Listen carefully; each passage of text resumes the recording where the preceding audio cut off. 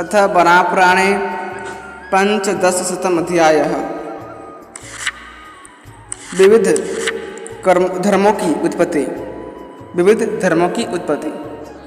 सूत जी कहते हैं, उस समय पृथ्वी की बात सुनकर भगवान नारायण ने कहा, जगत को आश्रय देने वाली देवी, मैं अब स्वर्ग में सुख देने वाले साधनों को तुम्हें बतलाऊंगा।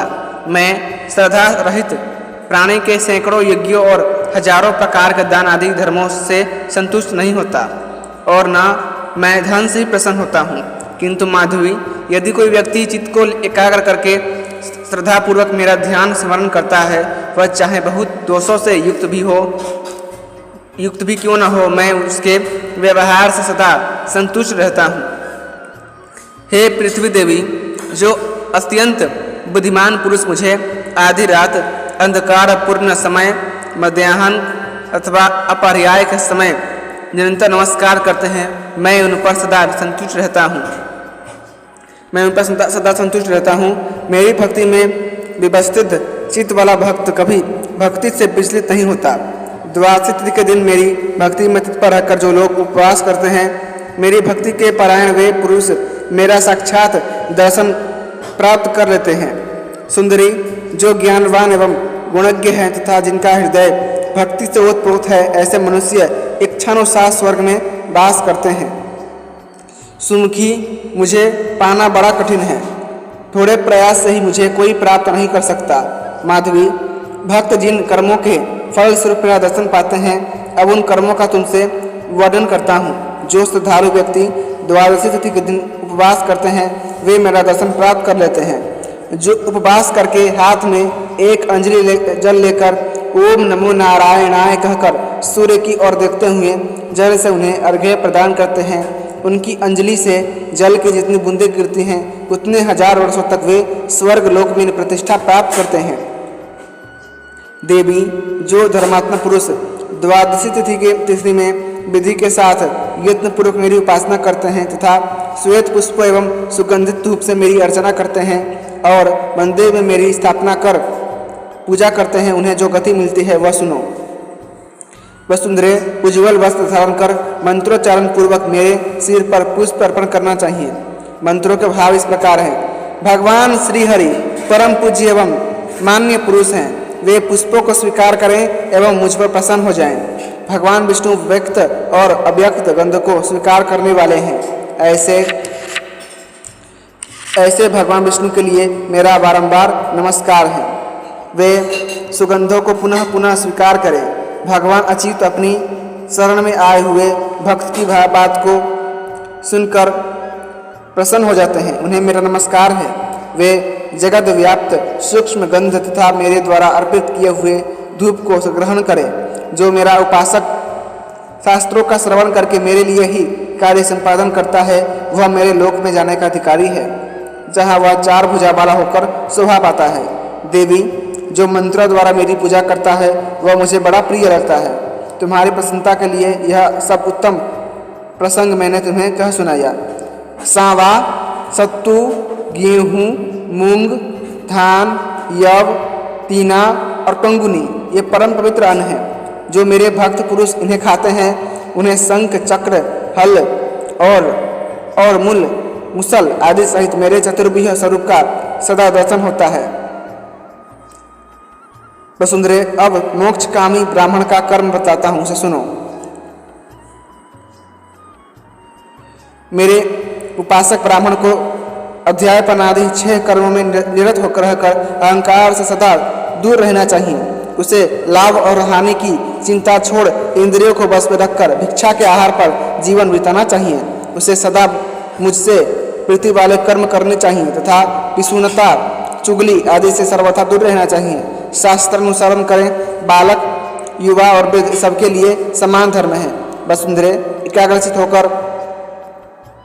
होना, इंद्रियों को बस में रखना और इष्टापूर्त कर्म करना, वेदोक्त यज्ञों का अनुष्ठान, बगीचा लगाना, कूप, तालाब आदि का निर्माण करना ब्राह्मण का स्वाभाविक गुण होना चाहिए। ऐसा करने वाला ब्राह्मण मुझे प्राप्त कर लेता है। अब मेरी उपासना में तत्पर रहने वाले मध्यम श्रेणी के क्षत्रिय के कर्तव्य धर्मों का वर्णन सुनो।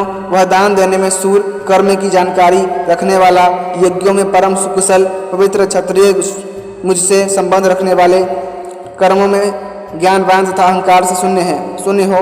वह थोड़ा बोले, दूसरों के गुणों को समझे, भगवान में सदा प्रीति रखें, विद्या गुरु से किसी प्रकार मन में द्वेष न करे तथा कभी कोई निंदित कर्म न करे, उसे स्वागत सत्कारादि करने में कुशल तथा कृपणता से दूर रहना चाहिए। देवी, इन गुणों से संपन्न क्षत्रिय भी मुझे निसंदेह प्राप्त कर लेता है। वसुंधरे, अब मैं अपनी उपासना या भक्ति में संलग्न रहने वाले वैश्यों के कर्म बताता हूँ। मेरे भक्ति मार्ग का नित्य अवलंबन वैश्य का धर्म है। उसके मन में धन के प्रति विशेष लोभ, लाभ और हानि के भाव नहीं उठने चाहिए। वह ऋतुकाल में ही अपने स्त्री के पास जाए। वह अपने अंतःकरण में सदा शांति संतोष बनाए रखे। वह मोह में न पड़े, पवित्र एवं निपुण रहकर व्रतों के अवसर पर उपवास करे और सदा मेरी उपासना में रुचि रखे। वह नित्य गुरु की पूजा करे तथा अपने सेवकों पर दया रखे। इस प्रकार के लक्षणों से संपन्न जो वैसे अपने कर्मों का संपादन करता है, उसके लिए न तो मैं कभी अदृश्य होता हूँ और न वह कभी मेरे लिए, अर्थात मेरा और उसका सदा साक्षात संबंध बना रहता है। माधवी, अब मैं शूद्र के उन कर्मों का वर्णन करता हूँ जिनका संपादन करके वह मुझ में स्थित हो जाता है।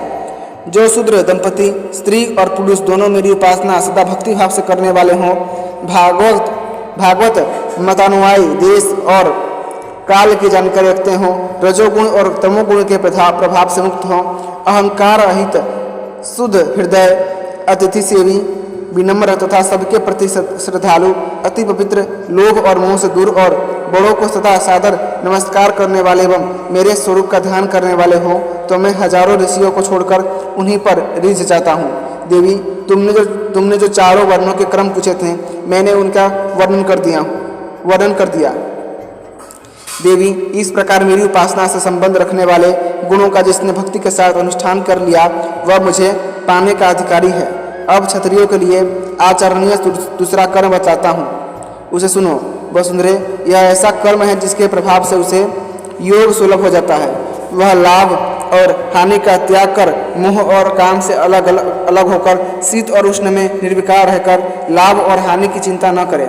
तिक्त, कटु, मधुर, खट्टा, नमकीन और कसाय स्वाद वाले पदार्थों की भी उसे स्पृहा नहीं करनी चाहिए। उत्तम सिद्धि प्राप्त हो, इसकी भी उसे अभिलाषा नहीं करनी चाहिए। भार्या, पुत्र, प्राता, पिता, ये सब मुझे सेवा के लिए मिले हैं, वह मन में ऐसा भाव रखे। पर इतने में भी आसक्ति न रखकर सदा मेरी भक्ति में ही तत्पर, ऐसा भाव रखे पर इनमें भी आसक्ति न रखकर सदा मेरी भक्ति में ही तत्पर रहें।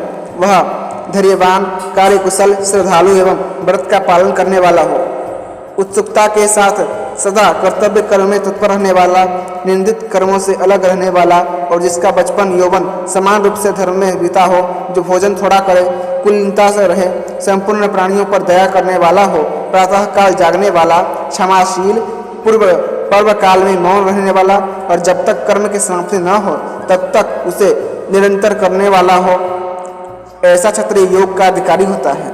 निश्चित धर्म के पथ पर रहकर अख्याद्य वस्तु का त्याग करे, धर्म के अनुष्ठान में परायण रहे और अपना मन सदा मुझ में लगाए रखे। वह यथा समय मल मूत्र का त्याग कर स्नान कर ले, पुष्प, चंदन और धूप को मेरी पूजा की सामग्री मानकर उनका संग्रह करने में सदा लगा रहे। कभी कंदमूल और फल से ही अपने शरीर का निर्वाह करे, कभी दूध, कभी सत्तू और कभी केवल जल के ही आहार पर रहे, कभी छठी सांझ, तीसरे दिन, कभी चौथी सांझ तथा कभी अनुकूल समय में निर्दोष फल मिल जाए तो उनका आहार कर ले।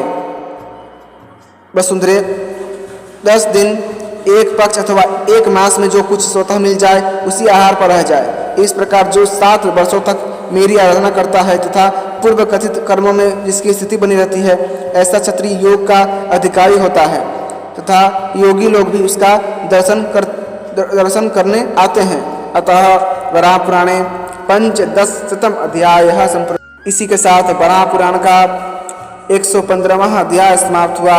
यदि आपको वराह पुराण की कथाएं अच्छी लगती हैं तो कृपया करके वीडियो को लाइक करें, चैनल को सब्सक्राइब करें और अपने दोस्तों के साथ जरूर शेयर कीजिएगा। धन्यवाद। जय श्रीमन नारायण।